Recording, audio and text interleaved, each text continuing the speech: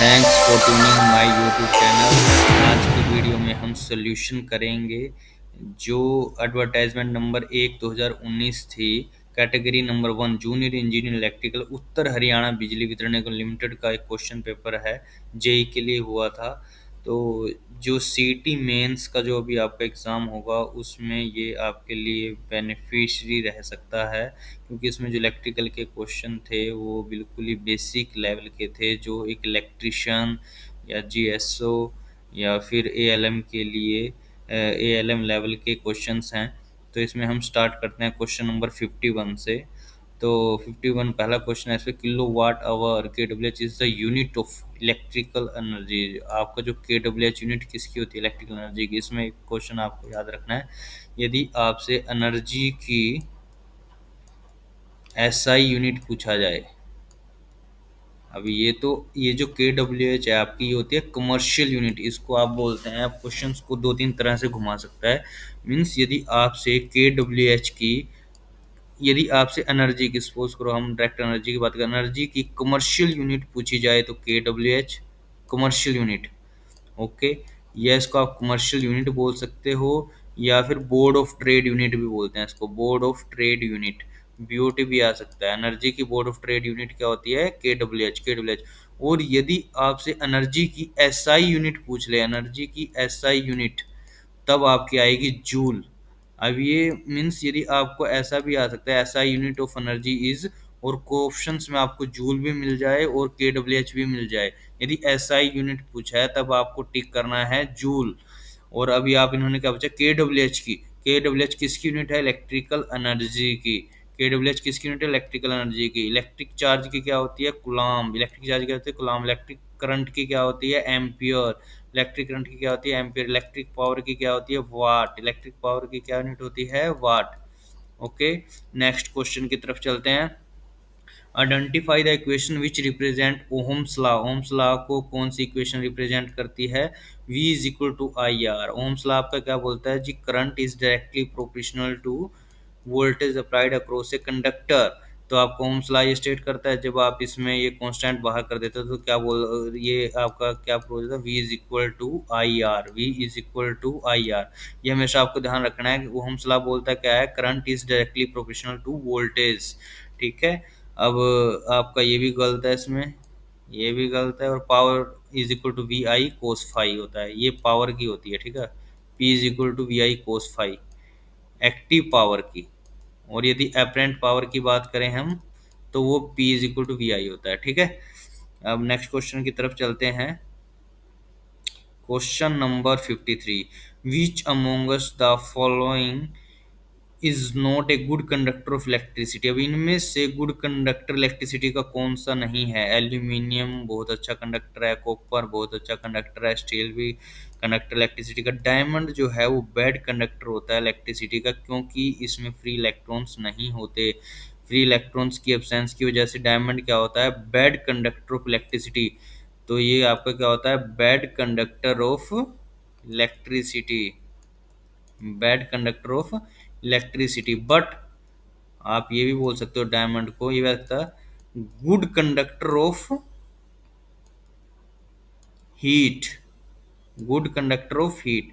Heat के लिए diamond good conductor होता है, good good conductor of heat, bad conductor of electricity but good conductor of heat diamond. ठीक है, क्योंकि फ्री इलेक्ट्रॉन्स नहीं होते डायमंड में, free electron, substance of free electrons, ये बैड कंडक्टर होता है इलेक्ट्रिसिटी का, और good conductor of heat. What type of electric current effect will be produced when the current is passed through the spirally wound coil? तो magnetic effect produce होता है। कौन किस टाइप का इफेक्ट प्रोड्यूस होता है, मैग्नेटिक इफेक्ट। जब आप कोयल में से करंट फ्लो होता है, व्हेन करंट जब फ्लो करता है आपका कोयल में से, तो कौन सा इफेक्ट प्रोड्यूस होता है, magnetic effect, magnetic effect.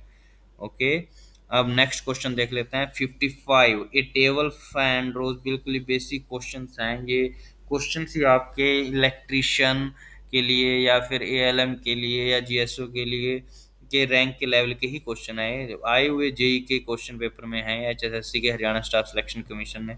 A table fan draws 350 milli ampere from में 230 volt AC supply at point. अब पावर आपकी क्या होती है, पावर, अब ये ध्यान रखना है इसमें, ये घुमा सकता है आप, इसमें पावर फैक्टर दे तो दिया, बट इसने पूछ लिया कि रियल पावर, अदरवाइज यहाँ टोटल पावर दे देता तो यहीं पे क्वेश्चन घूम जाता, तो आपको 0.75 से मल्टीप्लाई नहीं करनी थी। लेकिन स्टूडेंट जैसे ही ये वी आई भी देख लेते हैं, इसमें वोल्टेज भी देख ले, पावर फैक्टर, तो हमेशा पावर को क्या समझते हैं, V into I into cos phi. Okay, but this is active power, इसको आप बोलते हो रियल पावर या एक्टिव पावर या ट्रू पावर, है ना, इसको हम बोलते हैं रियल पावर। और यदि वो यहां पर पूछ लेता apparent power, find the apparent power, apparent power, तो एपरेंट पावर के लिए 0.75 से मल्टीप्लाई नहीं होगा, 230 वोल्ट और 350 मिली एम्पियर होगा। मीन्स यहाँ पर तो थोड़ा सा क्वेश्चंस की स्टेटमेंट को पढ़ना बहुत जरूरी है कि वो पूछ क्या रहा है। तो find the real power, real power पूछ रहा है, तो v into I into cos phi. Okay, v into I into power factor. तो आपका वोल्टेज यहाँ पर कितनी है, 230 वोल्ट। ओके,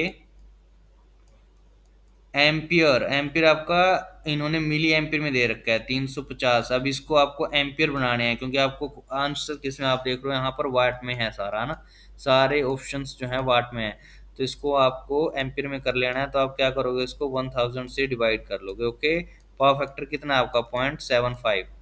ठीक है, थोड़ा सा यहाँ लिख लेता हूँ मैं, 230 volt, V into I 350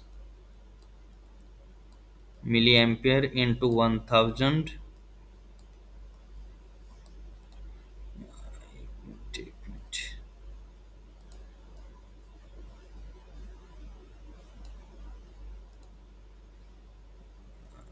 230 volt into 350 milli ampere divide by 1000 into 0.75, क्योंकि इसने क्या पूछा है क्वेश्चन में, रियल पावर, रियल पावर पूछी है ना। तो आप सिंपल इसको यहाँ से यहाँ, ये कट हो जाएगा, ये से कट हो जाएगा, तो क्या बच गया आपका 10 बच गया। तो आप सीधा क्या करोगे, इसको 2.3 इंटू 35 इंटू 0.75, मीन्स आपको यहाँ पर मल्टीप्लिकेशन की भी जरूरत नहीं पड़ेगी। यदि आप इस स्टेटमेंट को देख लोगे तो आपको डायरेक्ट पता चल जाएगा, 35 जब आप इसको मल्टीप्लाई करोगे तो 60.361, क्योंकि 55 तो नहीं हो सकता है ना, ये भी नहीं आएगा, ये भी नहीं आएगा, 75 ऊपर भी नहीं जाएगा, ठीक है ऑलरेडी। तो ये क्या आएगा, 60.375 वाट। 60 मतलब जब आप 2.3 इंटू 35 इंटू 0.75 की स्टेटमेंट देख लोगे तो आपको ऑप्शंस का वैसे ही आइडिया लग जाएगा कि इससे जो मल्टीप्लिकेशन आएगी वो आएगी 60.375 वाट। which law states that in any electric network the sum of incoming current at each junction is equal to the sum of outgoing current। इसको बोलते हैं Kirchhoff's first law. Kirchhoff's first law क्या कहता है, sum of incoming current, sum of incoming current is equal to the sum of outgoing current at any junction. ठीक है, इसको हम किरचॉफ्स फर्स्ट लॉ भी बोलते हैं, किरचॉफ्स करंट लॉ भी बोलते हैं, किरचॉफ्स करंट लॉ, केसीएल। ठीक है, आपसे आ सकता है ऐसे भी, किरचॉफ्स करंट लॉ भी बोलते हैं इसको हम KCL, Kirchhoff's current law. Okay, और ये इसको हम ये भी बोल सकते हैं, ये किस पे काम करता है, it's works on the principle of law of conservation of charge. भी आपसे आ सकता है, law of conservation of charge पे कौन सा किरचॉफ्स का लॉ काम करता है, Kirchhoff's first law, law of conservation of charge, law of conservation of charge. Okay, law of conservation of charge, the unit of resistance, बिल्कुल बेसिक से question है ये, आईटीआई स्टूडेंट के लिए बहुत ही ज़्यादा बेनिफिशियरी रहेंगे, क्योंकि इलेक्ट्रिशियन या आईटीआई की ट्रेड में आपको इसी टाइप से क्वेश्चन मिलेंगे, और ये जेई के क्वेश्चन पेपर में आए हुए हैं, हरियाणा स्टाफ सिलेक्शन कमीशन के। तो the unit of resistance is ohm, unit क्या होती है रेजिस्टेंस की, ओहम। वोल्टेज की क्या होती है आपकी, वोल्ट। करंट की क्या होती है आपकी, एम्पियर। महो, आपको ये जानना जरूरी है, इसको महो या आप ओहम इनवर्स भी बोल सकते हैं, ohm inverse. Okay, ohm inverse. तो ये किसकी यूनिट होती है, कंडक्टेंस की, कंडक्टेंस की। ठीक है, कंडक्टेंस की यूनिट होती है महो। वोल्टेज की होती है वोल्ट, करंट की होती है एम्पियर, महो या ओहम इनवर्स होती है, कंडक्टेंस की रेजिस्टेंस की होती है ओहम। ओके। अब बिल्कुल बेसिक सा क्वेश्चन फिर आ गया, calculate the total resistance when three resistors are connected in parallel. जब आपके तीन रजिस्टर्स पैरेलल में है तो टोटल रेजिस्टेंस आपका, आपको पता है, घट जाता है। तो ये सिंपल होगा 1/10 plus 1/10, 1/R1 plus 1/R2 plus 1/R3 plus ऐसे 1/Rn तक जाता है ना, 1/20। जब आप इसका एलसीएम लोगे तो कितना आएगा 20। तो यहाँ पर क्या आएगा 2 + 2 + 1, क्या आ गया आपका 5/20। 5/20 को जब आप सोल्यूशन करोगे तो क्या आ जाएगा 1/4। 1/4 को जब आप आगे करोगे कितना आ जाएगा 0.25 ओम। ठीक है। तो हम ये इसमें इलेक्ट्रिकल क्वेश्चन का कंप्लीट सोल्यूशन करा रहे हैं। इलेक्ट्रिकल के जितने भी क्वेश्चंस होंगे एचएसएससी के प्रीवियस पेपर में, इलेक्ट्रिकल का सोल्यूशन आपको आई थिंक किसी ने नहीं कराया है, किसी भी यूट्यूब चैनल पे आपको नहीं मिलेगा। तो हम कोशिश करेंगे कि सीईटी मेंस से पहले जो आपके इम्पोर्टेंट क्वेश्चंस हैं, एचएसएससी द्वारा रिपीट होते हैं क्वेश्चंस आपको, तो उनका कंप्लीट आपको सॉल्यूशंस मिल जाए इलेक्ट्रिकल का। तो मैं इसलिए हर एक क्वेश्चन को एक्सप्लेन कर रहा हूँ इसमें, है ना। तो इसलिए फुल डिटेल दिखा रहा हूँ इसमें कि मतलब कैसे 0.25 ओम आपका आया है। ठीक है, ओके। नेक्स्ट क्वेश्चन की तरफ जाते हैं। 59, resistance of a wire of a length L meter is R ohm. What happens to the cross sectional area of the wire is stretched to the 2L, decreased by 2 times. 2 times, ठीक है। A no volt battery is connected in a circuit having 3 resistors। अब ये क्या कर रहा है, एक 9 volt की बैटरी है connected in a circuit having 3 resistors, 3 resistors 3 ohm 6 ohm 9 ohm connected in series, determine the power dissipated in 6 ohm. अब ये क्या बोल रहा है कि यहाँ पर आपके पास 3 रजिस्टर्स हैं, रजिस्टर 1, रजिस्टर 2, रजिस्टर 3। ओके। और आपके पास जो बैटरी है वो कितने वोल्ट की है, 9 वोल्ट की। ओके, 9 वोल्ट की बैटरी है ये आपके पास, 3 का रजिस्टर, 6 का रजिस्टर एंड 9 का। तो सबसे पहले आपको क्या निकालना पड़ेगा इसके लिए, यदि आपको पावर निकालनी है, determine the power dispatched in 6 ohm resistors. तो रेजिस्टेंस कितना हो गया, 4 3 9 18, 18 हो गया आपका रेजिस्टेंस। और आप जब करंट निकालोगे तो करंट आपका क्या होता है, V/R।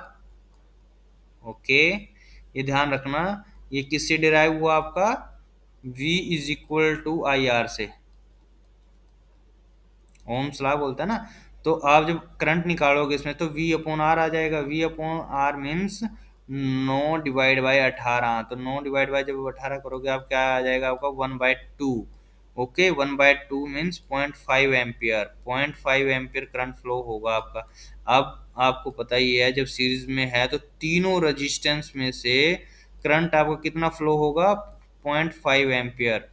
ओके, तीनों रेजिस्टेंस में से आपका कितना करंट फ्लो होगा, 0.5 एम्पियर। यही आपका 3 में से जाएगा, यही 6 में से जाएगा, यही आपका 9 में से जाएगा। अब आपको पावर निकालनी है तो आपका पावर का क्या होगा, I² × R। अब आपसे किसी भी रेजिस्टेंस के अगेंस्ट में पूछे उसके रेजिस्टेंस से मल्टीप्लाई कर दो। यदि 6 के पूछ रहा है तो 6 से, 9 से पूछ रहा है तो 9 से, 3 से। अब सपोज करो हमें पूछा इसने 6 ओम से कितनी पावर डिस्पैच हुई है, तो I 0.5, यहाँ कर देता हूँ मैं, सॉरी, 0.5 का स्केयर इंटू आर, आर कितना 6। जब आप इसको करोगे तो कितना आ जाएगा आपका 0.5 × 0.5, 0.25 इंटू 6। तो आप ना मैथ को थोड़ा सोल्यूशन करने के बजाय ना इतना सोचो कि 6 का चौथा हिस्सा कितना होता है, फोर्थ, 1.5। ओके, 1.5 वाट। तो मैथ को ऐसे सोल्यूशन करोगे मेरे हिसाब से ज़्यादा स्पीड से क्वेश्चन कर पाओगे, अदरवाइज आपका टाइम लग सकता है यदि आप ऐसे कैलकुलेशंस करने लग गए तो। 1.5 वाट, ओके, 1.5 वाट इसका आंसर होगा। तो इस वीडियो में हमने 10 क्वेश्चन का सोल्यूशन किया है, नेक्स्ट वीडियो में 10 क्वेश्चन को सोल्यूशन करेंगे, अदरवाइज वीडियो बहुत ज़्यादा लेंथी हो जाती है।